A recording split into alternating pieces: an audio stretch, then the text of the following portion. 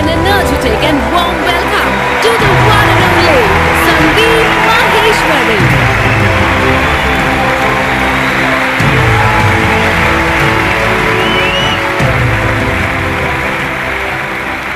Good morning, everybody! एक छोटी सी request है, एक्सक्यूज मी, आप लोग जो आगे बैठे हुए हैं, स्टेज पे ना लाइट बहुत ज्यादा है, जिसकी वजह से मुझे पीछे तक दिख नहीं रहा है, तो आप एक बार चेक करके बताएंगे पूरा स्टेडियम खाली पड़ा है क्या?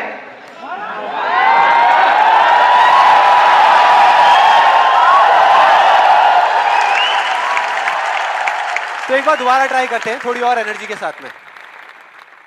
Good morning everybody!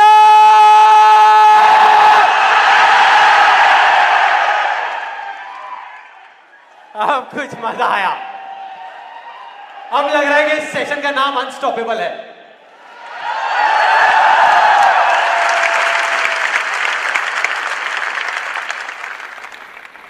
ओके, अब बात करते हैं मेरी. मैं इतना एक्साइटेड क्यों हो रहा हूं? देखो, बहुत सिंपल है. अपने हर सेशन से पहले 15 से 20 मिनट के लिए मैं अपनी आंखें बंद कर लेता हूं.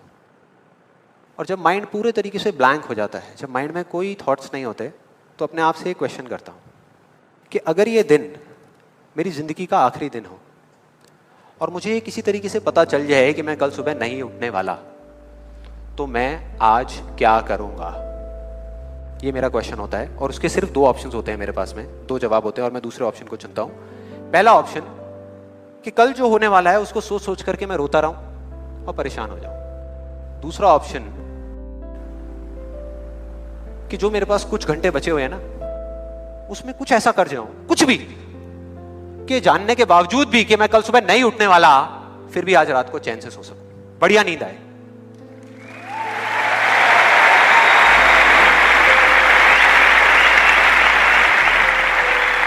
और इसीलिए आज यहां पर जो कुछ भी होने वाला है, जो कुछ भी, वो मेरे लिए सिर्फ एक सेशन नहीं है.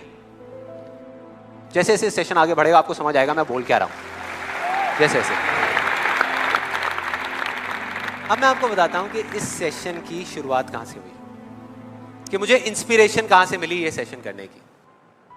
आज से 3 महीने पहले मेरे नाम से एक कुरियर आया ऑफिस में, और उस एनवेलप पे लिखा हुआ था the first life changing seminar of Sandeep Maheshwari. तो जब मैंने उसको देखा तो मुझे लगा किसी ने मजाक किया है, क्योंकि मुझे अच्छे तरीके से याद था कि जो मेरा फर्स्ट लाइफ चेंजिंग सेमिनार हुआ था वहां पे सिर्फ 20-25 लोग बैठे हुए थे एक छोटे से कमरे में, और किसी के हाथ में कोई कैमरा नहीं था. तो मेरे को लगा कि ऐसे ही किसी ने वो किया. लेकिन फिर पता नहीं मेरे मन में क्या आया, मैंने उस वीडियो को प्ले कर दिया, और जैसे ही मैंने वो वीडियो देखनी शुरू करी तो मेरे तोते उड़ गए. मैंने कहा यार, मतलब था मैं ही स्क्रीन के ऊपर, लेकिन लग मुझे ऐसा रहा था जैसे मैं किसी और को देख रहा हूं. और देखता रहा. जैसे ही वो वीडियो खत्म हुई, उसी टाइम मैंने ये ठान लिया, मैंने ये डिसाइड कर लिया कि अब चाहे कुछ भी हो जाए, अपनी लाइफ के इतने बड़े फेलियर को मैं अपने तक नहीं रखने वाला. इसको शेयर करूंगा पूरी दुनिया के साथ. और आप में से कुछ लोगों को याद भी होगा, मैं अपने इस एक्सपीरियंस के बारे में पहले भी आपको बता चुका हूं कि जब मैं पुणे के एक MBA कॉलेज में गया था और वहां जाकर के ब्लैंक हो गया था. याद है? कितने लोगों को याद है? याद है. तो तब मैंने आपको बताया तो था, लेकिन दिखाया नहीं था, क्योंकि मेरे पास में कुछ था ही नहीं आपको दिखाने के लिए, कोई वीडियो नहीं थी. तो आज मैं आपको दिखाने वाला हूं कि एग्जैक्टली तब क्या हुआ था. Okay, good afternoon everybody. Just call me Sandeep, don't call me sir. And just a few confessions before I start off this session. The first one is, please don't look at me like this with all these frowning faces, because that makes me nervous. And to be honest with you, this is the first time that I am speaking in front of so many people. And second thing is,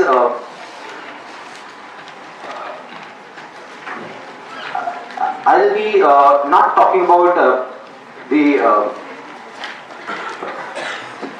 theory part of it. I'll actually focus more on the practical side of how I did whatever I did. Okay, the second confession, which I forgot. That is.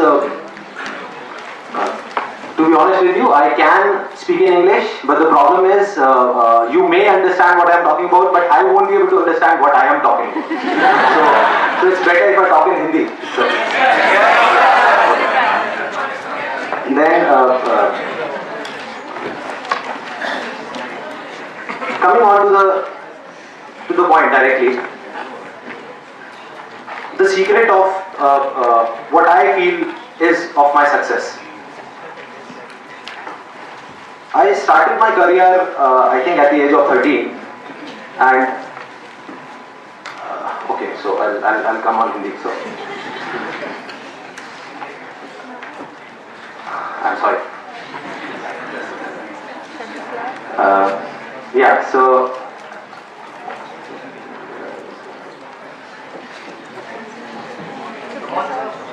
yeah, I'll do it. Images बाजार start कर सकता हूँ तो ये भी कर सकता हूँ. So I think it's not that big a deal.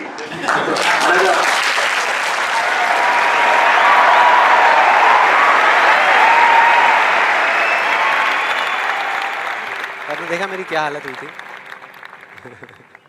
I think सबका यही हाल होता है जब वहाँ पे स्टेज पे जाते हैं, इतने सारे लोग सामने बैठे होते हैं, सबका यही होता है. तो जब मैंने ये वीडियो देखी तो मेरे दिमाग में सिर्फ एक ही चीज चल रही थी, सिर्फ एक, कि ऐसा क्यों हुआ कि मैं अपना इतना बड़ा मजाक उड़वाने के बाद भी बाज नहीं आया, और क्या वजह है कि मैं वहां से यहां तक आ गया. लेकिन मुझे ना इसका एग्जैक्ट जवाब नहीं मिल रहा था. मतलब मुझे समझ नहीं आ रहा था कि इसके पीछे वजह क्या है. और फिर फाइनली एक दिन वो वजह समझ आई. मैंने एक कहानी पढ़ी कहीं पर, और उस कहानी के जब मैं अंदर तक गया तो मेरे को समझ आया कि हाँ, ये वजह है. ये कहानी है दो बच्चों की जो एक गांव में रहते थे. उनमें से एक 6 साल का था और एक 10 साल का. दोनों बहुत अच्छे दोस्त थे, बिल्कुल शोले के जय और वीरू जैसे. दोनों हमेशा साथ साथ रहते, साथ साथ खेलते, साथ साथ खाते पीते, साथ साथ नहाते धोते. नहीं, धोते नहीं, ये थोड़ा ज्यादा हो गया. तो एक दिन वो दोनों गांव से थोड़ा दूर निकल गए, और खेलते खेलते उनमें से जो बड़ा बच्चा था 10 साल वाला, वो एक कुएं में गिर गया और जोर जोर से चीखने चिल्लाने लग गया, क्योंकि उसको तैरना नहीं आता था. अब जो दूसरा बच्चा था, छोटा सा 6 साल का, उसने अपने आसपास में देखा और उसको कोई नजर नहीं आया, उसको कोई नहीं दिखा जिसको कि वो बुला सके हेल्प के लिए. और फिर उसकी नजर पड़ी एक बाल्टी पे जिसपे एक रस्सी बंधी हुई थी. उसने एक सेकंड भी वेस्ट नहीं किया, उस बाल्टी को उठा करके कुएं में फेंक दिया और अपने दोस्त को बोला कि पकड़ ले इसको. उसके दोस्त ने पकड़ा और वो अपनी पूरी ताकत लगा करके पागलों की तरह उसको खींचने लगा. खींचता रहा, अपनी पूरी जान लगा दी उसने. छोटे से बच्चे ने, 6 साल के और 10 साल के बच्चे ने उस बाल्टी को पकड़ा हुआ था. खींचता रहा और तब तक नहीं रुका जब तक उसने अपने दोस्त को बचा नहीं लिया, जब तक वो बाहर नहीं आ गया. अब यहां तक तो ठीक था, यहां तक तो ये कहानी समझ आती है. लेकिन हुआ क्या कि जैसे ही ये दो बच्चे, जब दोनों एक हो गए, जब बाहर आए और आकर के गले मिल रहे, रो रहे और खुश हो रहे, एक तरफ से उनको डर भी लग रहा था. डर था कि अब गांव जाएंगे तो बहुत पिटाई होगी जब उनको बताएंगे कि ऐसे हम कुएं में गिर गए और ये सब चीजें हुई. लेकिन मजे की बात, ऐसा कुछ भी नहीं हुआ. वो जब गांव गए और जा करके उन्होंने अपने घर वालों को बताया, बाकी गांव वालों को बताया, तो किसी ने विश्वास नहीं किया, पूरे गांव वालों ने. और वो अपनी जगह बिल्कुल ठीक थे, क्योंकि उस बच्चे में इतनी ताकत भी नहीं थी कि वो एक बाल्टी पानी से भरी हुई वो उठा सके. तो इतने बड़े बच्चे को इतनी ऊपर खींचना तो बहुत दूर की बात है. लेकिन एक आदमी था उस गांव में, उसने विश्वास कर लिया. उनको सब रहीम चाचा कहते थे, उस गांव के सबसे समझदार बुजुर्गों में से एक. और सबको लगा कि यार ये कभी झूठ नहीं बोलते, अगर ये कह रहे हैं तो जरूर कोई ना कोई बात होगी, कोई ना कोई वजह होगी जिस वजह से ऐसा कह रहे हैं. और फिर सारे गांव वाले इकट्ठे होकर के उनके पास में गए और जा करके बोले कि देखो जी, हमें तो कुछ समझ आ नहीं रहा, आप ही बता दो कि ऐसा कैसे हो सकता है. तो उनको हंसी आ गई. वो बोले कि यार इसमें मैं क्या बताऊं, वो बच्चा बता तो रहा है उसने कैसे किया. बाल्टी को उठा करके कुएं में फेंका, उसके दोस्त ने बाल्टी को पकड़ा, उसने रस्सी को खींचा और अपने दोस्त को बचा लिया. तो आपको पता तो है उसने कैसे किया, बच्चा बता तो रहा है, इसमें मैं क्या बताऊं. तो सारे गांव वाले उनकी शक्ल देख रहे. फिर कुछ देर बाद वो बोले कि सवाल ये नहीं है कि वो छोटा सा बच्चा ये कैसे कर पाया, सवाल ये है कि वो ये क्यों कर पाया, कि उसके अंदर इतनी ताकत कहां से आई है. और बोले इसका सिर्फ एक जवाब है, सिर्फ एक, कि जिस वक्त उस बच्चे ने ये किया, उस टाइम पे उस जगह पर दूर दूर तक कोई नहीं था उस बच्चे को यह बताने वाला कि तू ये नहीं कर सकता।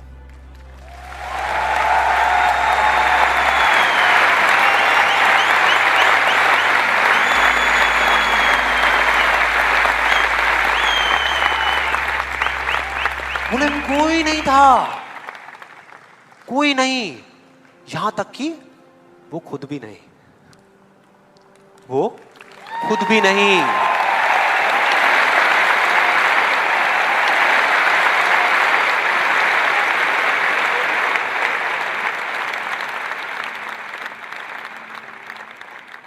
अब मैं आप लोगों से पूछता हूं कि अगर कुछ ऐसा हो जाए, अगर आपको भी उस बच्चे की तरह किसी की आवाज सुनाई ना दे जो आवाजें आपको रोकती है, ना किसी और की ना अपनी, तो क्या होगा? मजा आ जाएगा, राइट? उस बच्चे की तरह आपको भी कोई नहीं रोक पाएगा। You'll be unstoppable, right? Yes और नो? यस और नो? यस और नो? थियोरेटिकली तो ये बात बहुत अच्छी लग रही है सुनने में, लेकिन अगर हम प्रैक्टिकली देखें तो सिर्फ यस बोलने से काम नहीं चलने वाला। ये आप सबको भी पता है और मुझे भी पता है। ये जो अनस्टॉपेबल बनने वाला काम है, उसके लिए क्या करना पड़ेगा? 2 दीवारें तोड़नी पड़ेगी। 2 दीवारें, पहली बनी है दूसरों की आवाज की, कि आपके ऊपर दूसरों की आवाजों का असर होना बंद हो जाए, और दूसरी आपकी खुद की आवाज। ये ज्यादा बड़ी दीवार है। तो अब देखते हैं कि इस पहली दीवार को कैसे तोड़ना है। उस कहानी में उस बच्चे के आसपास में कोई नहीं था उसको रोकने वाला, लेकिन क्या रियल लाइफ में ऐसा होता है?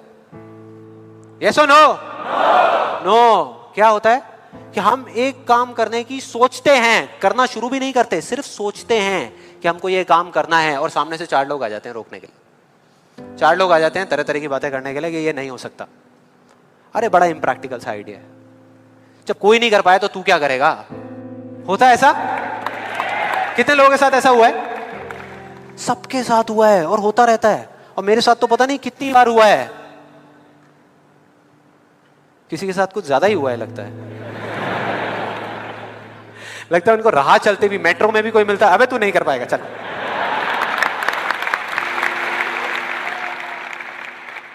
तो अब सवाल ये उठता है कि ऐसे में हम क्या करें? ऐसे में जो ऐसी बातें आपको बोल रहे हैं, ना तो आप उनका मुंह बंद कर सकते हो, ना अपने कान बंद कर सकते हो, क्योंकि वो लोग कोई राह चलते लोग नहीं होते, वो आपके अपने होते हैं। आपके अपने फ्रेंड्स हैं, रिलेटिव्स हैं, आपके घर में हैं, आपके ऑफिस में हैं। तो मैं आपको ये नहीं बोल सकता कि आप क्या करो ऐसी सिचुएशन में, लेकिन मैं ये बता सकता हूं कि मैं क्या करता था। जैसे ही कोई बोलता था मेरे को, या आज भी अगर बोलता है कि ये नहीं हो सकता या तू ये नहीं कर सकता, तो मैं ना चुप रहता हूं, ना उनसे लड़ता हूं। मैं सिर्फ एक वर्ड में उनसे एक सिंपल सा क्वेश्चन पूछता हूं, एक वर्ड में, क्यों? क्यों नहीं कर सकता? क्यों नहीं हो सकता? और जैसे ही मैं ये करता हूं उसके बाद बहुत मजा आता है। आप कभी करके देखना, बहुत मजा आएगा। 90% लोग ऐसे मिलेंगे आपको जिनके पास में इस क्यों का जवाब ही नहीं होगा। जवाब ही नहीं होगा। नहीं, वो सोच में पड़ जाते हैं। जैसे मैं पूछता ना क्यों, हाँ क्या, क्यों, ये कैसा सवाल है? तो ये है वो 90% लोग जिनके पास में कोई जवाब ही नहीं होता, या होता भी है तो वो इतना फनी होता है कि आप चाह करके भी अपने आप को हंसने से नहीं रोक पाओगे। जैसे एक बार मेरे साथ हुआ था, जब मैं करीबन आई थिंक 18 साल का था और मैंने नया नया फोटोग्राफी का कोर्स किया था। तो हमारे घर में एक छोटा सा फंक्शन चल रहा था, और वहाँ पर मैं अपनी मदर के साथ और फादर के साथ में खड़ा हुआ कुछ बातें कर रहा था। इतनी देर में एक सामने से आंटी आई और आकर के बोली, संदीप। हाँ जी आंटी। बेटे क्या नया चक्कर चल रहा है तेरा आजकल? मैं डर गया। मैं मन ही मन सोच रहा, मैंने कहा इनको कैसे पता लगा मेरे नए अफेयर के बारे में? मैं और ही चला गया। फिर मैंने उनको देखा और डरते डरते उनसे मैंने कहा कि भाई आंटी जी क्या मतलब, मैं कुछ समझा नहीं, कौन सा चक्कर,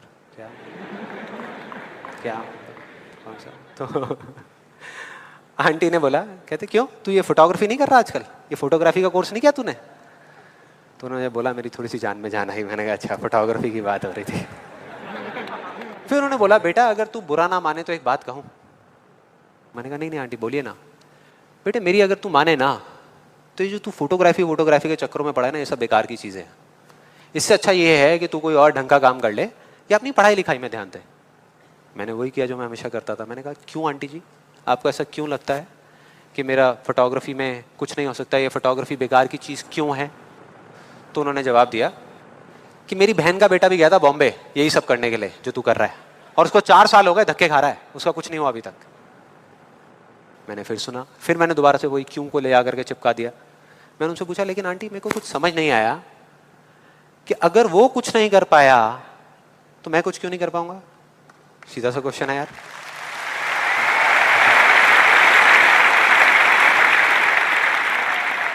वो थोड़ी सी इरिटेट हो गई, लेकिन उसके बाद जो उन्होंने बोला उस दिन मेरा कम से कम 10 किलो खून बढ़ गया होगा हंसते हंसते। उन्होंने गुस्से से मेरे से पूछा, कहते तेरे कितने % आए थे 12th में?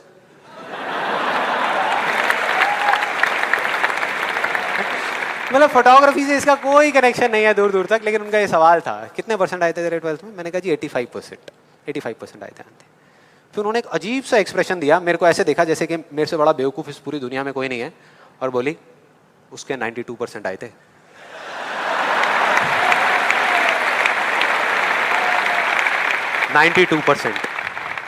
अब बोल।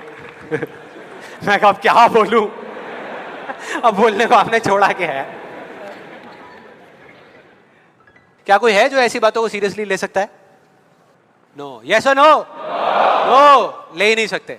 अब बचे 10% लोग जिनके पास में जवाब होता है, एक जेन्युइन वजह होती है। मतलब वो आपको सिर्फ ये नहीं बोलते कि आप नहीं कर सकते, वो आपको बताते हैं कि वो ऐसा क्यों बोल रहे हैं। तो मुझे जब भी कोई ऐसा मिलता है तो मैं उनके पास में जाकर के शांति से बैठता हूं, उनकी सारी बात को समझता हूं, फिर अकेले में जाकर के उस प्रॉब्लम का सॉल्यूशन निकाल लेता हूं और अपने पूरे दिल से उस इंसान को थैंक्स करता हूं, क्योंकि इनडायरेक्टली ऐसे लोग हमको हेल्प करते हैं आगे बढ़ने में। लेकिन इसका मतलब ये नहीं है कि उन 10% लोगों की बातों को मैं ज्यादा सीरियसली लेता हूं, या अगर मेरे को उसका जवाब नहीं मिलता तो मैं रुक जाता हूं। क्योंकि जवाब नहीं है इसका मतलब ये नहीं कि हम चलना बंद करते हैं। फॉर एग्जाम्पल, अगर हम अपने घर से ये सोच करके निकले हैं कि जब सारी लाइट्स ग्रीन हो जाएंगी तब मैं अपने घर से निकलूंगा, तो निकल पाएंगे कभी? कोई भी ऐसा कुछ आपको बोलता है आकर के कि आप ये नहीं कर सकते, तो समझ लेना कि वो बोल तो आपको रहा है, लेकिन उसका इशारा आपकी तरफ नहीं है।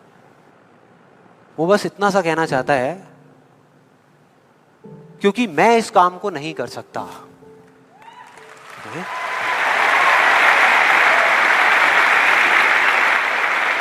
वो बस इतना सा कहना चाहता है क्योंकि मैं इस काम को नहीं कर सकता, या मुझे नहीं पता कि इस काम को कैसे करना है, इसलिए मुझे लगता है कि इस पूरी दुनिया में कोई भी नहीं कर सकता।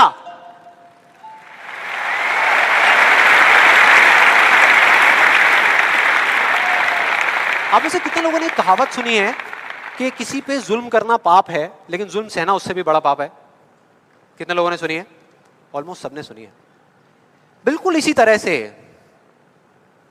तरह से कोई इंसान अगर जिंदगी में कुछ करना चाहता है ना, या कुछ बनना चाहता है, तो उसको जा करके ये बोलना कि तू ये नहीं कर सकता, उसकी हिम्मत को तोड़ना, उसकी उम्मीद को तोड़ना एक बहुत बड़ा पाप है। क्योंकि कई बार कुछ लोगों के पास में सिर्फ एक उम्मीद होती है और कुछ भी नहीं, लेकिन वहीं दूसरी तरफ किसी को इतना हक देना कि वो आ करके आपके सामने खड़ा हो जाए और आपको कुछ भी बोलता रहे, आपकी उम्मीद को तोड़ दे, आपकी हिम्मत को तोड़ दे, और आप चुपचाप खड़े खड़े उसको देखते रहो, कुछ भी ना कहो, कुछ भी ना करो, ये उससे भी बड़ा पाप है।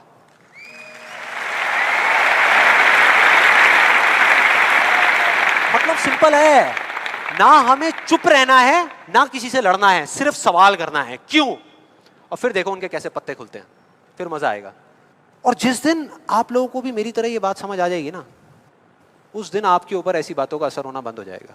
मतलब कि उस दिन ये जो पहली दीवार है जिसकी मैंने बात करी थी वो अपने आप ही टूट जाएगी। उसके बाद इस पूरी दुनिया में किसी में दम नहीं होगा कि वो आपको आगे बढ़ने से रोक सके, सिवाय एक इंसान के, सिवाय एक इंसान के। कोई बताएगा कौन है वो? आप खुद। एग्जैक्टली, आप खुद। और यही है वो दूसरी दीवार, यही है वो दूसरी दीवार जो पहली वाली से कई गुना बड़ी है। कई गुना बड़ी है। आज से बहुत साल पहले मैंने एक कहानी सुनी थी जिसका एक बहुत बड़ा इंपैक्ट हुआ था मेरी लाइफ पे। ये कहानी है एक ऑफिस की और उसके एम्प्लॉइज की। एक बार एक ऑफिस में जितने भी एम्प्लॉइज सुबह सुबह जब ऑफिस आते हैं अपने अपने कैबिन में, तो उनकी डेस्क के ऊपर एक लेटर पड़ा होता है, एक लेटर रखा हुआ होता है, और उस लेटर में लिखा था कि वो इंसान, इस कंपनी का वो एम्प्लॉय जिसकी वजह से आपकी प्रमोशन नहीं हो रही थी या जिसकी वजह से आप आगे नहीं बढ़ पा रहे थे, उसकी डेथ हो गई, वो मर गया है। और अब अगर आप आखिरी बार उस एम्प्लॉय की शक्ल देखना चाहते हैं तो ये एड्रेस है, यहां पर अगले 1 घंटे में पहुंचाइए। जैसे ही उस एड्रेस पे गए तो वहां पर एक कॉफिन पड़ा हुआ था। कॉफिन होता है, उसको जब लोगों ने दूर से देखा तो एक तरफ तो सबको दुख हो रहा था, बुरा लग रहा था कि यार ये नहीं होना चाहिए था, और दूसरी तरफ से उनको थोड़ी बहुत खुशी भी हो रही थी कि चलो अच्छा है, मेरी रास्ते का जो सबसे बड़ा पत्थर था वो हट गया। लेकिन फिर एक एक करके जैसे ही वो लोग उस कॉफिन के पास गए और जा करके उन्होंने उस एम्प्लॉय की शक्ल देखी उस कॉफिन के अंदर, तो उन्हें खुद पे शर्म आने लगी, क्योंकि उस कॉफिन में कोई नहीं था, सिर्फ एक शीशा था, एक मिरर था जिसमें उनकी खुद की शक्ल दिख रही थी।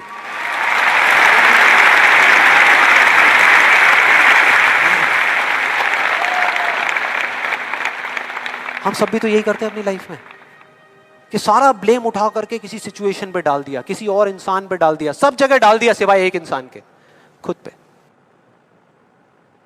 यहां पर कितने लोग इस बात को मानते हैं जो मैंने अभी अभी कही कि आपके रास्ते का सबसे बड़ा पत्थर और कोई नहीं, आप खुद ही हो?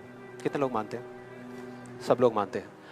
लेकिन एक चीज और है यहां पर बहुत मजेदार, कि कोई भी इंसान, कोई भी, चाहे वो आप हो, चाहे मैं हूं, चाहे कोई भी है, वो जान करके अपने रास्ते का पत्थर क्यों बनेगा? अपना ही नुकसान क्यों करेगा? अपना ही दुश्मन क्यों बनेगा?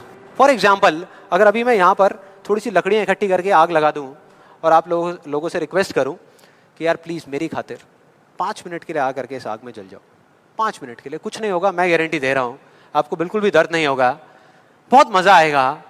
कितने लोग तैयार हैं यहां पर आने के लिए? कितने लोग तैयार हैं? हाँ, जो 1-2 लोग हाथ ऊपर उठा रहे हैं ना, उनको लग रहा है कि मैं भुट्टा सेकने की बात कर रहा हूं। भाई साहब, आपको सेकने की बात हो रही है उस आग में। कोई नहीं आएगा, कोई नहीं आएगा। क्यों? क्योंकि कोई भी इंसान हो वो जानबूझ करके अपना नुकसान कभी नहीं करेगा, कभी भी नहीं करेगा। तो ये सवाल मेरे को पिछले कई महीनों से तंग कर रहा था, अंदर ही अंदर खा रहा था कि क्या फर्क होता है उन लोगों में जो जाने अनजाने अपने खुद के सबसे अच्छे दोस्त होते हैं और उनमें जो जाने अनजाने खुद के ही सबसे बड़े दुश्मन होते हैं। और फाइनली पिछले महीने मेरे को जवाब मिल गया, सब कुछ समझ आ गया कि क्या फर्क है। मैं रोज की तरह अपने घर के पास वाले एक पार्क में वॉक कर रहा था और एकदम से ही बहुत तेज बारिश शुरू हो गई, बारिश होने लगी एकदम तेज। तो मैंने इमीडिएटली अपने हाथ ऐसे रखे ताकि मेरे चश्मे पे पानी ना आए और जा करके सीधा एक शेड के नीचे चला गया। उसके कुछ सेकंड्स के अंदर अंदर उस शेड के नीचे और भी बहुत सारे लोग इकट्ठे हो गए। लोग तरह तरह की बातें कर रहे थे, मैं अपने आसपास में सुन रहा था। लेकिन मैंने एक चीज नोट करी कि ज्यादातर लोग, उनका ध्यान बारिश की तरफ नहीं था, बारिश की वजह से होने वाली जो प्रॉब्लम्स थी उसकी तरफ था। जैसे मेरे यहाँ पे थोड़ा सा आगे जाकर के 2 लड़के खड़े हुए थे, वो आपस में बात कर रहे थे कि भाई आज ट्रैफिक का बड़ा बुरा हाल होने वाला है, बारिश इतनी तेज हो रही है। तो वो इस तरीके की बातें कर रहे। एक वहाँ पे अंकल जी थे पीछे, वाइफ को बोल रहे थे कि भाई मैंने तेरे को पहले ही कहा था कि छाता रख ले, छाता रख ले, अब देख मैं ऑफिस के लिए लेट हो जाऊंगा। तो इस तरह की बातें हो रही थी, तरह तरह की। तभी मैंने एकदम से देखा कि सामने से, मतलब मैं यहाँ खड़ा हुआ था, मेरे यहाँ पे एक लड़का खड़ा हुआ था, मुझे अभी भी एग्जैक्ट याद है। वो लड़का इनफैक्ट वो काफ़ी बड़ा कैरेक्टर था, बहुत सीरियस, मतलब बहुत टेंशन में था वो। हुआ क्या था, उसकी जेब में एक नोट पड़ा हुआ था जो गीला हो गया था, 20 रुपए का। तो उसको हिला हिला करके सुखाई जा रहा, उसको फूंक मार रहा और ये सब चीज़ें। तो मैं पहले, मेरा ध्यान उसकी तरफ था, फिर मैंने जैसे ही उधर देखा तो उधर से एक आदमी आ रहा था शेड की तरफ। उसका भी एक हाथ ऐसे था, लेकिन दूसरे हाथ से उसने अपनी बच्ची का हाथ पकड़ा हुआ था, छोटी सी बच्ची, 4-5 साल की, बड़ी प्यारी बच्ची। फर्क ये था कि उस बच्ची का हाथ ऐसे नहीं था, उसका हाथ ऐसे था, ऐसे था। और वो बच्ची बड़ी प्यारी प्यारी हरकतें कर रही थी। मैंने देखा वहां से, ऐसे उसका हाथ था, बार बार उस पर पानी की बूंदें गिर रही, वो इकट्ठा कर रही और पी रही, इकट्ठा कर रही और पी रही, इकट्ठा कर रही और पी रही। तो जैसे ही वो शेड के पास आए, मैं थोड़ा सा साइड हो गया। तो इधर वो मेरे नोट सुखाने की मशीन थी, इधर मैं सोच रहा था अपने भी नोट निकाल के दे दूं, भाई ये भी सुखा दे।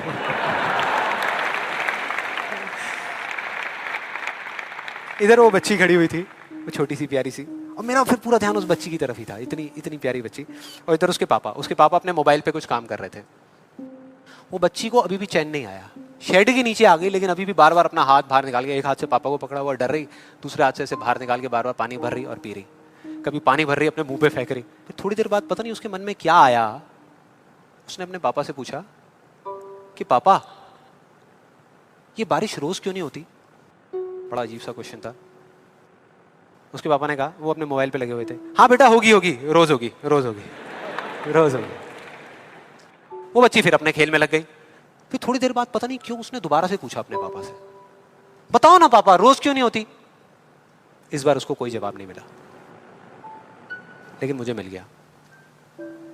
मुझे सब कुछ समझ आ गया कि क्या वो वजह है, क्या फर्क होता है उन लोगों में जो खुद के सबसे अच्छे दोस्त होते हैं और खुद के सबसे अच्छे दुश्मन होते हैं। क्या फर्क है उन दोनों लोगों में? देखो बहुत सिंपल है। जब बारिश होती है आसमान से, हम सबके ऊपर होती है, क्या एक जैसे होती है या अलग अलग तरीके से होती है? एक जैसे होती है, कोई पार्शियलिटी नहीं करती। आप अमीर हो, गरीब हो, काले हो, गोरे हो, बच्चे हो, बड़े हो, कोई फर्क करती है क्या बारिश? नहीं करती, सब पे एक जैसी होती है। बिल्कुल उसी तरह से वो शक्ति, वो एनर्जी जिससे पूरी दुनिया चल रही है,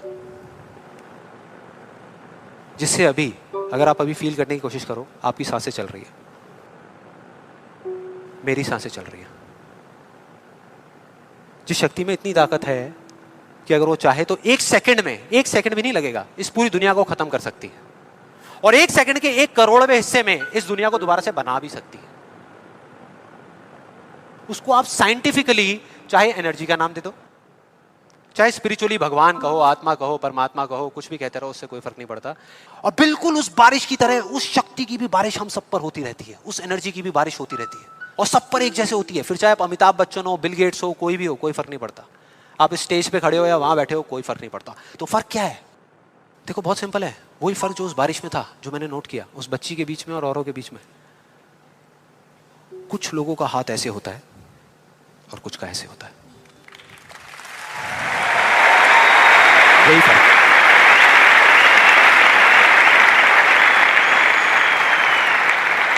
जिनका ऐसे होता है, वो बारिश उन पर होती तो है, लेकिन छू करके बह जाती है, चली जाती है, उनके अंदर तक नहीं जा पाती, अपना काम नहीं कर पाती। लेकिन जिनका ऐसे होता है, वो उसको पी लेते हैं, उनके अंदर चली जाती है, और उसके बाद में जो काम करती है वो एनर्जी करती है, नाम इंसान का हो जाता है।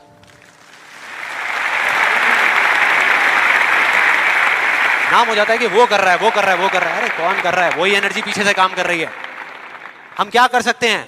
अगर मैं आपको कहूं कि हमारी बॉडी के जितने भी फंक्शंस हैं, उसमें से 99% फंक्शन से ज्यादा ऐसे हैं, डाइजेशन से लेकर के, ब्रीदिंग से लेकर के, ये सारी चीजें जो हम कंट्रोल नहीं करते, जो हमारे कंट्रोल में है ही नहीं। 1% चीजें हम कंट्रोल करते हैं और 100% क्रेडिट ले जाते हैं।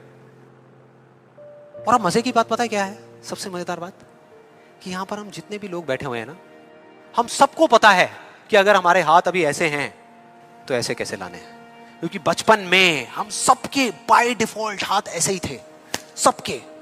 फिर धीरे धीरे कुछ लोगों के यहां चले गए, कुछ के यहीं रह गए। जिनके यहां रह गए उनको हम सक्सेसफुल बोलते हैं, जिनके यहां चले गए उनको हम फेलियर्स बोलते हैं, अलग अलग फील्ड्स में। तो कोई बताएगा कि ऐसा क्या था जो बचपन में हम एक दिन में हजारों बार करते थे और अब हजारों दिनों में एक बार भी नहीं करते? याद करो वो बच्ची क्या कर रही थी उस पार्क में, बार बार क्या कर रही थी? एग्जैक्टली क्वेश्चन पूछ रही थी, मतलब कि सवाल कर रही थी। Let's give a big hand for her.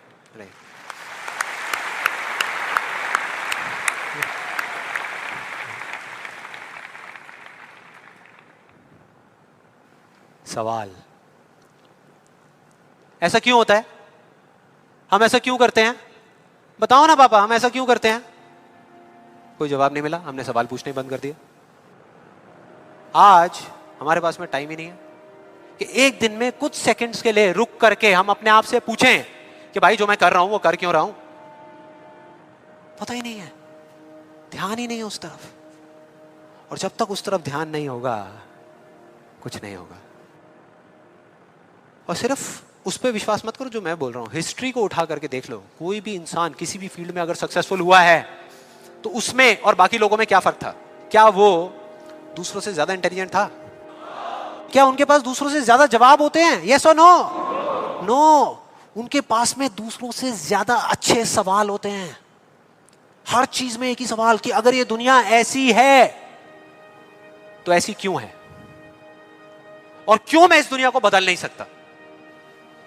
अगर पूरी दुनिया मुझे ये कहती है, मेरे घर वाले मुझे कहते हैं कि मेरी तो किस्मत ही खराब है, मेरी हाथ की लकीरों में ही कमी है, तो क्यों मैं अपनी हाथ की लकीरों को नहीं बदल सकता? हर चीज में एक ही सवाल।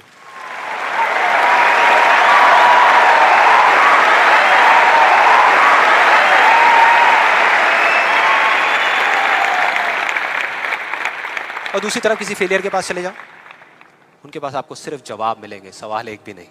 सिर्फ एक्सक्यूजेस मिलेंगे, सिर्फ बहाने मिलेंगे, बस। सवाल पूछ ही नहीं रहे तो जवाब मिलेगा कहां से? कहां से मिलेगा? मिल ही नहीं सकता। तो मैं क्या कह रहा हूं कि लाइफ में आप जो कुछ भी कर रहे हो, जो भी, उससे कोई फर्क नहीं पड़ता, लेकिन अगर आपके पास में इस क्यों का बिल्कुल क्लियर जवाब है तो उस काम को आप पूरे विश्वास के साथ कर रहे हो। और अगर इस क्यों का जवाब ही नहीं है तो आप सिर्फ उस काम को अंधविश्वास पे कर रहे हो, जो आज नहीं तो कल टूटेगा ही टूटेगा। फॉर एग्जाम्पल, मैं आपको एक रियल लाइफ एग्जाम्पल से बताता हूं। क्या कभी आप लोगों के साथ ऐसा कुछ हुआ है कि घर में कोई बड़ा सा फंक्शन चल रहा हो, जैसे किसी की शादी हो रही हो और वहां पे कोई रिलेटिव बीमार हो गया? हुआ है? कितने लोगों के साथ हुआ है ऐसा? हुआ है। तो ऐसे में क्या होता है? क्या होता है? जैसे ही एक किसी की तबीयत खराब होती है तो बाकी लोग क्या करते हैं? डॉक्टर बन जाते हैं, अपनी अपनी राय देते हैं आकर के। मेरी फैमिली में भी एग्जैक्टली बिल्कुल ऐसा ही हुआ था। मेरी एक कजन सिस्टर की शादी थी और मेरे एक अंकल आए हुए थे अब्रॉड से। उनकी तबीयत खराब हो गई, उनको बुखार हो गया, और जैसे ही एक एक करके सब लोगों को पता लगा तो सब लोग आए और आ करके अपने अपने आइडियाज देने लगे।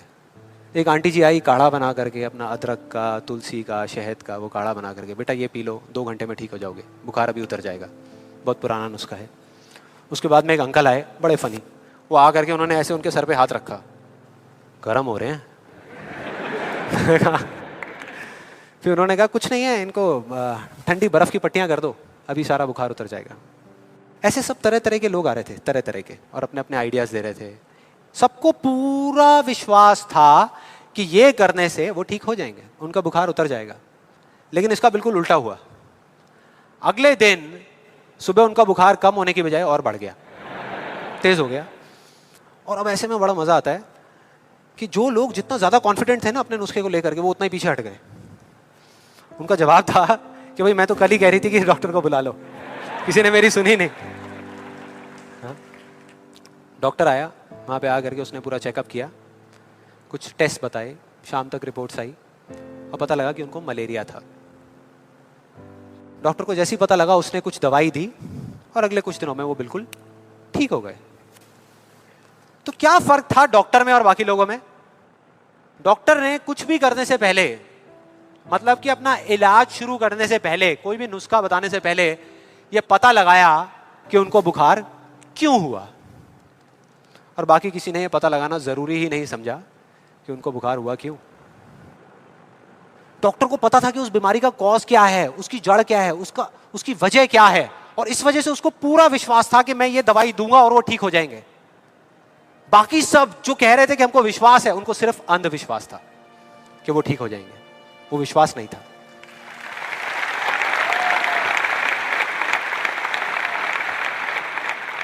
इन दोनों के बीच में ना इतना एक बिल्कुल पतली सी लाइन का फर्क होता है, विश्वास में और अंधविश्वास में, जिस वजह से बहुत बार हम अपने अंधविश्वास को विश्वास का नाम दे देते हैं। और इसका आज की डेट में सबसे बड़ा एग्जाम्पल, सबसे बड़ा, वो है लॉ ऑफ अट्रैक्शन। सुना है यहां पे? कितने लोगों ने सुना है लॉ ऑफ अट्रैक्शन के बारे में? ऑलमोस्ट सबने सुना है। अब ये बहुत मजेदार है, लॉ ऑफ अट्रैक्शन। मुझे बहुत लोग मिल चुके हैं, मतलब काफ़ी लोग मिले हैं जो आ करके मुझसे पूछते हैं कि भाई आपके हिसाब से आपको क्या लगता है कि लॉ ऑफ अट्रैक्शन काम करता है या नहीं करता। तो मेरा सिंपल सा जवाब होता है कि अगर आप मेरा जवाब चाहते हो तो जवाब है हाँ, कि ये काम करता है। साइंटिफिकली जिसको बोलते हैं law of cause and effect, और स्पिरिचुअली जिसको बोलते हैं लॉ ऑफ कर्मा, ये उसके ऊपर बेस्ड है। तो इसमें कोई शक नहीं है कि ये काम करता है, लेकिन वैसे नहीं जैसे कि कुछ लोग अपनी बुक्स के थ्रू और वीडियोस के थ्रू इसके बारे में बता रहे हैं, वैसे नहीं। आप में से कितने लोगों ने वीडियो देखी है? बहुत सारे लोगों ने देखी है, तो आप शायद समझ जाएंगे। बाकी लोगों के लिए मैं थोड़ी एक्टिंग करके दिखाता हूँ, अपना वो थोड़ा फिरंगी स्टाइल में, वो जो डबिंग करके बोलते हैं ना, ये बिल्कुल एक अलादीन के चिराग जैसा है।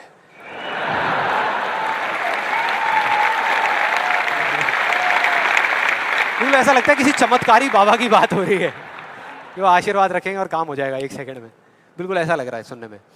ये बिल्कुल एक अलादीन के चिराग जैसा है, आपको सिर्फ हुक्म देना है कि आप क्या चाहते हैं। आपको बंगला चाहिए, आपको गाड़ी चाहिए, आपको पैसा चाहिए, आपको सिर्फ बताना है कि आपको क्या चाहिए, फिर देखिए क्या होगा। ये प्रकृति आपके सुर से सुर मिलाएगी, ताल से ताल मिलाएगी।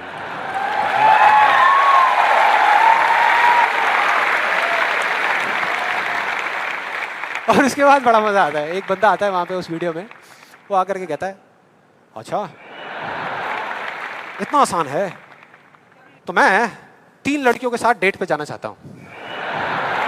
3 लड़कियों के साथ। और उसको बोलते हैं, उसको जवाब मिलता है उस लॉ ऑफ अट्रैक्शन वाले लोगों से, आपको कुछ भी नहीं करना, आपको सिर्फ एक पेंटिंग बनानी है। अपनी एक पेंटिंग बनाइए जिसमें आप बैठे हैं और साथ में 3 लड़कियां बैठी है, और फिर देखिए क्या होता है। और वो बंदा पेंटिंग बनाता है। उसके कुछ दिन बाद किसी चमत्कार की वजह से वो लड़का एक पार्क में बैठा होता है, उसके आसपास में 3 लड़कियां बैठी होती हैं, और उसमें से एक लड़की उसको अंगूर खिला रही होती है। भाई क्या है ये? क्या है ये? अगर मजाक नहीं है तो आप में से कितने लोगों ने ये ट्राई किया? मैं लॉ ऑफ अट्रैक्शन की बात कर रहा हूं, 3 लड़कियों के साथ डेट पे जाने की बात नहीं कर रहा। ऐसे पता नहीं कितने एग्जाम्पल्स हैं उस बुक में, उस वीडियोस में। एक सबसे फनी एग्जाम्पल जो बहुत लोग ट्राई कर रहे हैं, आई एम श्योर यहाँ पे भी बहुत लोगों ने ट्राई किया होगा, कार पार्किंग का। उसमें एक आदमी बोलता है, मैं जब अपने घर से निकलता हूँ तो मैं सोचता हूँ कि वो गाड़ी की जो पार्किंग है वो मेरे लिए खाली पड़ी होगी, और मैं जैसे ही जाता हूँ वो पार्किंग मेरे लिए खाली पड़ी होती है, और मैं जा करके अपनी गाड़ी लगा देता हूँ। क्या कमाल है यार। देखो कई बार मुझे 1-2 मिनट वेट भी करना पड़ता है, लेकिन फिर वो जगह अपने आप मेरे लिए खाली हो जाती है। मैं क्या करता हूं, मैं सिर्फ सोचता हूं वो जगह मेरे लिए खाली। कमाल है यार। हाँ, बढ़िया लग रहा है ना, सुनने में अच्छा लगता है। ये सारी बातें सबको अच्छी लगती है, किसको नहीं लगेंगी? सच बताऊं, मुझे भी अच्छी लगेंगी सुनने में। बुरी किसको लगेगी? कि सोचना शुरू कर दो और गाड़ियों की पार्किंग मिलनी शुरू हो जाएगी।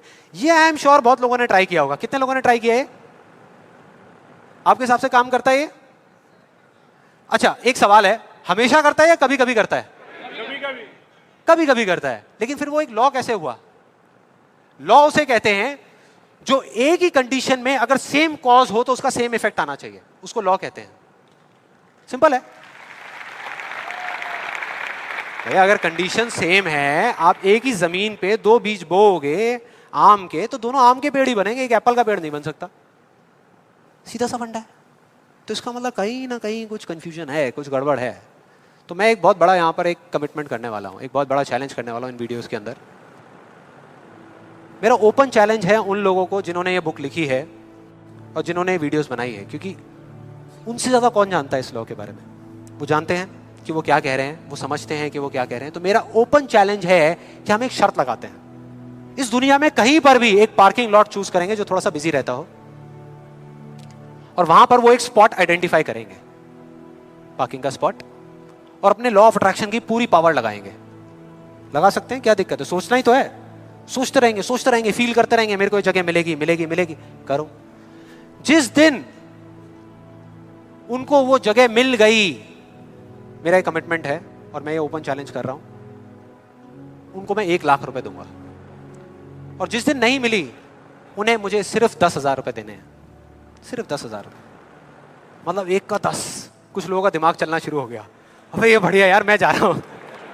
मैं आ रहा हूं इस चैलेंज के लिए। कितने लोगों को लगता है कि वो आएंगे, इस चैलेंज को एक्सेप्ट करेंगे? कितने लोगों को लगता है नहीं आएंगे? वो नहीं आएंगे, वो आ ही नहीं सकते, क्योंकि उन्हें भी पता है कि सच क्या है और झूठ क्या है। वो सब अच्छे तरीके से इस बात को जानते हैं, क्योंकि मैं जिस लॉ के बेसिस पे बात कर रहा हूं, मैं कोई थियोरेटिकल कॉन्सेप्चुअल बात नहीं कर रहा, मैं बात कर रहा हूं लॉ ऑफ प्रोबेबिलिटी के बेस पे, जिसके बेस पे इस दुनिया के सारे कैसीनोस चल रहे हैं। एक बिजी पार्किंग है 100 गाड़ियों की, उनको उस स्पॉट पे पार्किंग मिलने की प्रोबेबिलिटी क्या है? 1:100 एग्जैक्टली, 1%। उनको नहीं मिलने की क्या है? 99:100। मतलब यहां पर एक बहुत बड़ा मैसेज है। जरूरी नहीं है जो बातें सुनने में अच्छी लग रही है वो एक्चुअल में अच्छी हो। यहां किसी ने बैंक लोन लिया हुआ है? किसी ने कोई बैंक लोन लिया हुआ है? हाँ, तो जो आपने बैंक लोन लिया हुआ है, आपकी मंथली EMI जाती होंगी बैंक को, इंस्टॉलमेंट जाती होंगी, जाती हैं। तो अब मैं आपको 2 ऑप्शंस देने वाला हूं, 2 ऑप्शंस। आप बताना आपको सुनने में कौन सा ऑप्शन ज्यादा अच्छा लग रहा है। पहला ऑप्शन कि आप जो काम कर रहे हो उसको पूरा दिल से करो, दिन रात करो, खूब काम करके जो आप पैसा कमाते हो उससे वो इंस्टॉलमेंट्स पे कर दो। दूसरा ऑप्शन है कि आपको ये सोचना है कि बैंक अपना जो लोन है वो माफ कर देगा और अपना पैसा वापस मांगना बंद कर देगा, और रातों रात कहीं से आपके कोई दूर के अंकल आपको 25-25 हजार रुपए महीने के चेक भेजना शुरू कर देंगे। कौन सा ऑप्शन ज्यादा अच्छा लग रहा है सुनने में, पहला या दूसरा? दूसरा। यही वजह है, इसी वजह से ये सब हो रहा है।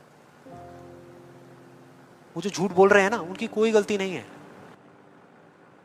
वो ही बोल रहे हैं जो लोग सुनना चाहते हैं, और वो नहीं जो सच है, क्योंकि सच बहुत कम लोग सुनना चाहते हैं। इस वजह से सारी चीजें हो रही हैं।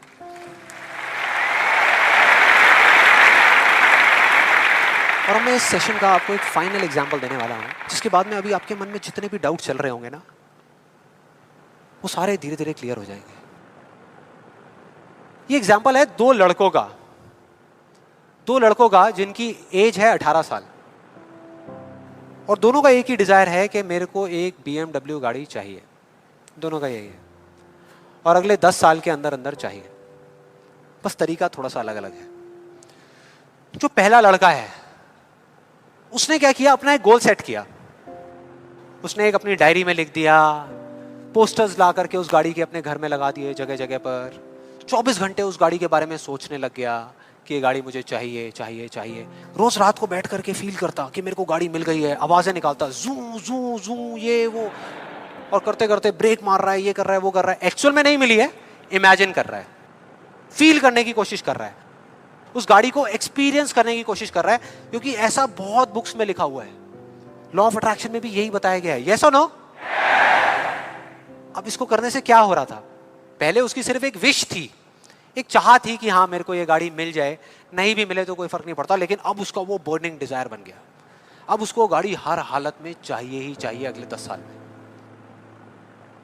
अब आप में से कुछ लोग सोच रहे हो, आप में से कितने लोगों ने मेरा इल्यूजन टू रियलिटी वाला सेशन देखा है? आप सोच रहे हो यार आपने इल्यूजन टू रियलिटी में भी तो यही बात करी है, और आप खुद ही उसके अगेंस्ट बोल रहे हो। लग रहा है कुछ लोगों को, लग रहा है ऐसा लग रहा है। देखो मैंने क्या कहा था आपको अभी थोड़ी देर पहले, कि विश्वास और अंधविश्वास में सिर्फ एक पतली सी लाइन का फर्क होता है, इधर कुछ और इधर कुछ और। अगर आप ध्यान से मेरी जितनी भी वीडियोस देखोगे, या आज तक मैंने जो कुछ भी कहा उसको देखोगे, तो मैंने किस चीज के बारे में बात करी है? किसी चीज को हासिल करने के बारे में, गाड़ियों के बारे में, पैसे के बारे में, बंगले के बारे में, या किसी काम पे फोकस करने के बारे में? काम पे फोकस करने के बारे में, चीज के बारे में नहीं। मतलब इस टेक्निक में कोई कमी नहीं है। इस टेक्निक को यूज जो लोग कर रहे हैं 90% वो गलत तरीके से कर रहे हैं, जिस वजह से प्रॉब्लम्स क्रिएट हो रही है। अब दूसरे लड़के की बात करते हैं, उसमें और इसमें क्या फर्क था। दूसरा जो लड़का था उसका भी डिजायर था कि मुझे ये गाड़ी चाहिए। बस एक छोटा सा फर्क था, उसने एक सवाल पूछ लिया अपने आप से। उसने एक सवाल पूछ लिया अपने आप से कि मुझे ये गाड़ी क्यों चाहिए, क्यों चाहिए। अब ये काम ना बड़ा बोरिंग लगता है सुनने में कि यार क्यों चाहिए, ये सोचने की क्या जरूरत है, सीधा गाड़ी लो ना, शॉर्टकट फटाफट। लेकिन नहीं, उसने ऐसा नहीं किया, उसने गलती नहीं करी, उसने पूछ लिया। और जब हम सवाल पूछते हैं तो क्या होता है, जवाब मिलता है, जवाब मिलता है, और उसको मिल गया। जवाब ये था कि मैं ये गाड़ी इसलिए चाहता हूं क्योंकि मैं अपने फ्रेंड्स को, अपने रिलेटिव्स को, इस पूरी दुनिया को ये प्रूव करना चाहता हूं कि मैं भी सक्सेसफुल हो सकता हूं।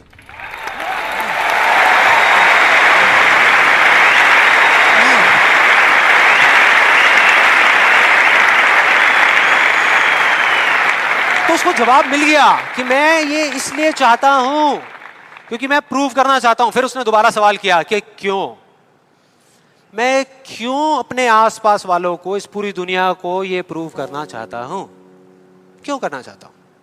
और फिर उसको एक जवाब मिला, क्योंकि मेरे आसपास में जितने भी लोग हैं वो सब यही कर रहे हैं। उसने एक आखिरी सवाल पूछा और जब उसका जवाब मिला ना तो वो हिल गया, उसके सारे फंडे क्लियर हो गए। वो सवाल था कि सब ऐसा क्यों कर रहे हैं, और उसको जवाब मिला, सब ऐसा इसलिए कर रहे हैं क्योंकि सब ऐसा ही कर रहे हैं। बस उसको समझ आ गया कि एक रेस लगी हुई है जहां पर सब भाग रहे हैं, कोई तेज भाग रहा है, कोई धीरे भाग रहा है, लेकिन किसी को पता ही नहीं है कि वो भाग क्यों रहे हैं। और जैसे ही उसको ये समझ आया, उसको ये जवाब मिला, तो उसको ये तो नहीं पता था कि मैं अब क्या करने वाला हूं, लेकिन उसको ये समझ आ गया कि मुझे क्या नहीं करना। उसने डिसाइड कर लिया उसी टाइम, उसी मोमेंट में ये डिसाइड कर लिया कि मुझे नहीं बनना इस रैट रेस का हिस्सा, मुझे नहीं प्रूव करना किसी को कुछ भी, मुझे नहीं चाहिए कोई गाड़ी वाड़ी। अब मैं वो करूंगा जो मेरा दिल कहता है, जो मेरे अंदर की आवाज है। बाढ़ में गई दुनिया। और जैसे ही उसको ये अंदर से उसकी आवाज आई कि मुझे ये चीज करनी है, तो वो जवाब उसके अंदर से ही निकल करके आ गया। और उसको जवाब मिला कि 3 साल पहले वो सबसे ज्यादा क्लोज इस पूरी दुनिया में अपने फादर के था, अपने पापा के, और दोनों का रिलेशन एक बाप बेटे का कम और एक दोस्त का ज्यादा था। उसके पापा की एक छोटी सी हैंडीक्राफ्ट की दुकान थी दिल्ली में, और वो क्या करते थे, छोटे छोटे गांव में जाते और जा करके वहां के कारीगरों से कुछ सामान लेकर के आते और अपनी दुकान में बेचते। ये उनका काम था। एक बार वो एक गांव में जा रहे थे तो उनका बेटा भी उनके साथ चला गया, ये लड़का उनके साथ चला गया क्योंकि उसकी छुट्टियां चल रही थी। और दोनों उस गांव में एक ढाबे पे बैठ करके, शाम का टाइम था, खाना खा रहे थे। खाते खाते एकदम से उसके फादर के यहाँ पे दर्द उठा, लेफ्ट साइड में दर्द होना शुरू हो गया। और उस लड़के ने एक सेकंड भी नहीं लगाया, फटाफट से अपने फादर को लेकर के एक पास के हॉस्पिटल में चला गया। वहां जाकर के जो डॉक्टर्स थे उस गांव के हॉस्पिटल के, उन्होंने कहा कि आप इनको जल्दी से जल्दी किसी बड़े हॉस्पिटल में ले जाओ, टाइम नहीं है। लेकिन वो बड़ा हॉस्पिटल उस गांव से 3 घंटे की दूरी पे था। और जब वो वहां पहुंचा और उसको, उसके फादर को इमरजेंसी वार्ड में लेकर के गए, तब तक सब ठीक था। लेकिन उसके 10 मिनट बाद डॉक्टर्स आए और आकर के उन्होंने बोला, वी आर सॉरी, अगर आप 15 मिनट पहले आ जाते तो हम कुछ कर सकते थे। 15 मिनट पहले। अब जैसे ही इस लड़के के साथ ये हुआ था तो बिल्कुल सुन्न हो गया था, मुंह से एक वर्ड बाहर नहीं आ रहा था, उसको समझ ही नहीं आ रहा था कि मैं क्या बोलूं, क्या सोचूं। उसने ऐसा कुछ सोचा ही नहीं था, एकदम से हो गया, एकदम से हो गया। और उसके काफी देर बाद जाकर के, उसके 5-10 मिनट बाद जाकर के उसके अंदर से एक चीख निकली थी, एक अजीब सी बात निकली थी जो उसको उस टाइम पे नहीं समझ आई थी कि ये बड़े डॉक्टर्स बड़े शहरों के बड़े हॉस्पिटल्स में ही क्यों होते हैं, छोटे छोटे गांव में क्यों नहीं होते।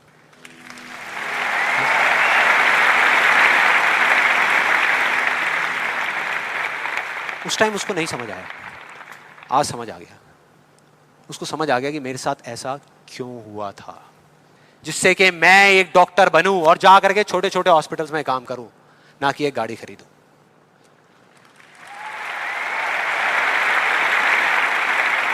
और इस एक सवाल ने, एक वर्ड के सवाल ने, क्यों ने, उसकी पूरी पूरी लाइफ का डायरेक्शन ही चेंज कर दिया।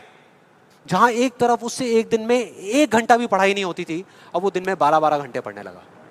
उसके कुछ साल बाद वो एक हार्ट सर्जन बन गया और जा करके कुछ बड़े हॉस्पिटल्स में बड़े डॉक्टर्स को असिस्ट करने के बाद में छोटे छोटे गांव में चला गया।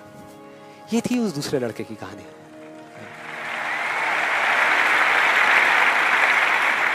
10 साल हो गए हैं, तब दोनों 18 साल के थे, आज दोनों 28 साल के हो चुके हैं।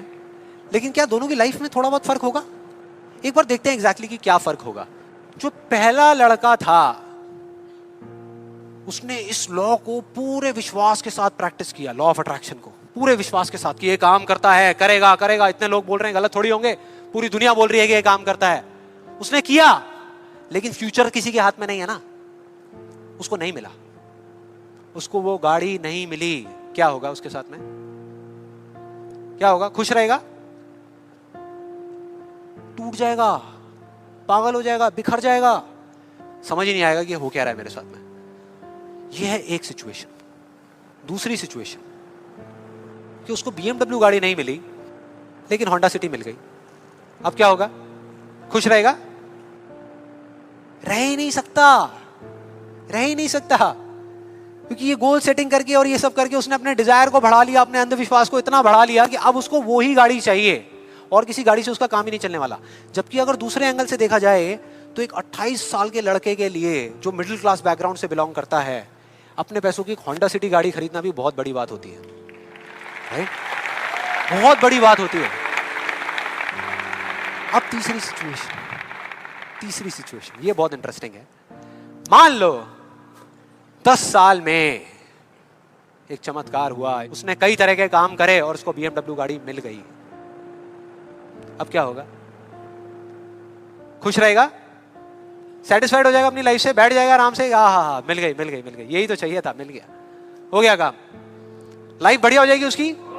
उसका लालच और बढ़ जाएगा, उसका अंधविश्वास और बढ़ जाएगा। वो कहेगा कि अगर इस लॉ ऑफ अट्रैक्शन को प्रैक्टिस करके मुझे 10 साल में ये गाड़ी मिल सकती है तो अगले 5 साल में कितना बड़ा घर क्यों नहीं मिल सकता? यस और नो? मतलब कि उसको सब कुछ मिल चुका होगा लेकिन वो उसको छोड़ करके फ्यूचर के अंदर किसी और चीज को पकड़ लेगा। सब कुछ होने के बाद भी वो फ्यूचर में जिएगा और उसकी हालत बिल्कुल एक ऐसे खरगोश के जैसी हो जाएगी जिसके सर के सामने किसी ने डंडा लगा करके गाजर को टांग दिया। इमेजिन करो कैसा होगा वो खरगोश, जो उस गाजर को देख तो सकता है, बिल्कुल उसकी आंखों के सामने है, उसको खाने के लिए भाग भी सकता है लेकिन कभी खा नहीं सकता, मरते दम तक सिर्फ भाग सकता है, खा नहीं सकता। क्योंकि उसकी जो खुशी है उस काम में नहीं है जो वो काम कर रहा है, किसी चीज में है, बाहर है, उसके अंदर नहीं है। अब देखते हैं दूसरे लड़के को। ये बहुत इंटरेस्टिंग है कि इस दूसरे लड़के का क्या होगा। 10 साल हो गए, वो छोटे छोटे गांव में जा करके अपना काम कर रहा है और पहली सिचुएशन, उसको गाड़ी नहीं मिली। BMW गाड़ी उसको चाहिए थी 10 साल पहले लेकिन आज नहीं मिली, तो क्या होगा? क्या होगा? खुश रहेगा। उसकी खुशी किसी गाड़ी में नहीं है, किसी चीज में नहीं है, उसके काम में है। कल जो मिलने वाला है उसमें नहीं है, आज जो वो कर रहा है उसमें है।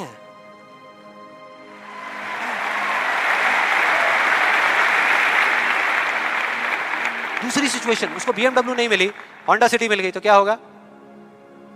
तो भी खुश रहेगा, बहुत खुश रहेगा, एब्सोल्युटली। उसने मांगी नहीं थी, फिर उसको मिल गई, बहुत खुश रहेगा। उसको BMW मिल गई तो क्या होगा? खुश रहेगा। लेकिन इस वजह से नहीं कि उसको ये गाड़ी मिल गई, इस वजह से क्योंकि वो जो काम कर रहा है उसमें उसको खुशी मिल रही है। और एक सबसे बड़ा फर्क पता है क्या है यहाँ पर इन दोनों के अंदर? सबसे बड़ा फर्क अगर आप ध्यान से देखोगे, ये जो दूसरा लड़का है, अगर इसको गाड़ी मिल गई, जो डॉक्टर है, और छिन गई 1 साल बाद, तो क्या होगा? तब भी खुश रहेगा। लेकिन जो पहला है उसका क्या होगा? अरे वो सिर्फ डर में जिएगा, वो सिर्फ डर में जिएगा। जो है उसको खोने का डर, जो मैं चाहता हूं उसके ना मिलने का डर, 24 घंटे सिर्फ डर।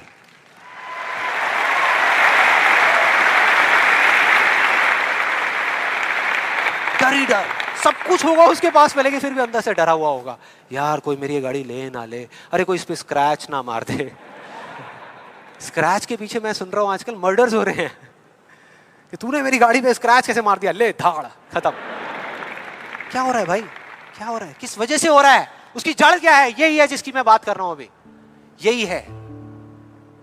अभी तक मैंने जो कुछ भी कहा है उसको एक लाइन में अगर इन दो के बीच का फर्क आपको बताऊं तो वो ये है। पहला आदमी बोल रहा है कि इस चीज को पाने के लिए मैं कोई भी काम करने को तैयार हूं। और दूसरा बोल रहा है इस काम को करने के लिए, ये जो मैं अभी कर रहा हूं, मैं अपनी कोई भी चीज गंवाने को तैयार हूं।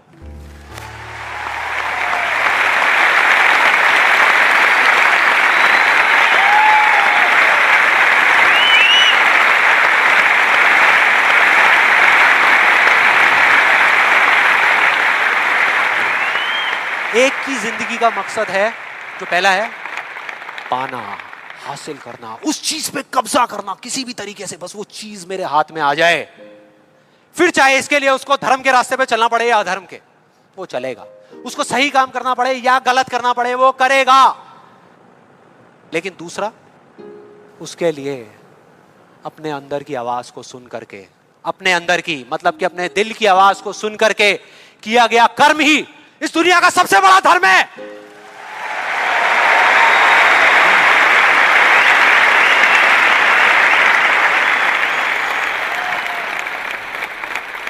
बस यही एक मकसद है उसकी जिंदगी का, अंदर की आवाज को सुनते जाओ, चलते जाओ, सुनते जाओ, चलते जाओ, जो होगा देखा जाएगा।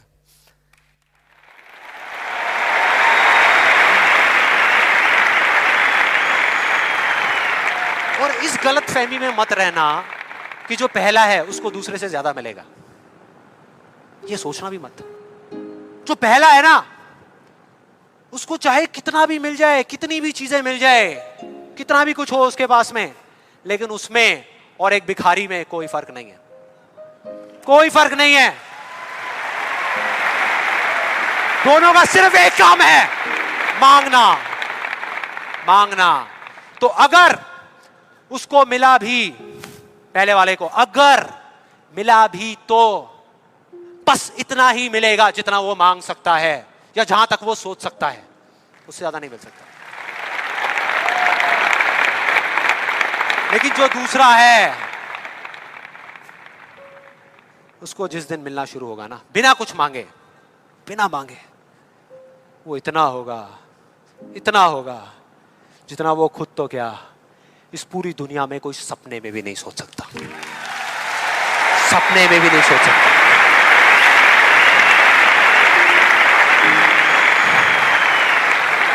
और इसका जो मैं आपको बोल रहा हूं, एक जीता जागता एग्जाम्पल आपके सामने खड़ा है।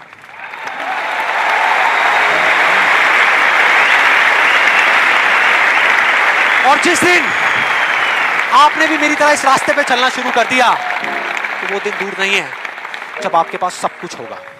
आपके आस पास में जो आपको चाहिए उससे बहुत ज्यादा होगा, सब कुछ होगा, लेकिन फिर भी अपना कुछ भी खोने का डर नहीं होगा। चला जाए, चला जाए, चला जाए, ये जाए, वो जाए, कुछ भी जाए, कोई डर नहीं है। और ये डर नाम की दीमक है ना, जो लोगों की आंखों में दिखती है, जो अंदर ही अंदर लोगों को खोखला कर रही है, वो आपके अंदर जाना तो दूर, आपको छू भी नहीं पाएगी, छू भी नहीं पाएगी। You'll be fearless! ना जीने का लालच, ना मरने का डर। जो करोगे यहां से करोगे।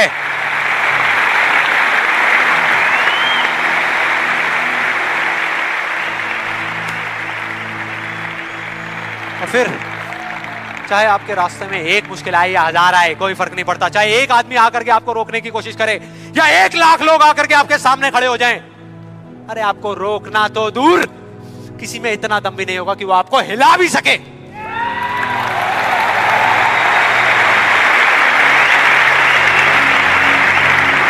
क्योंकि उस दिन आप पर खुद उसका हाथ होगा।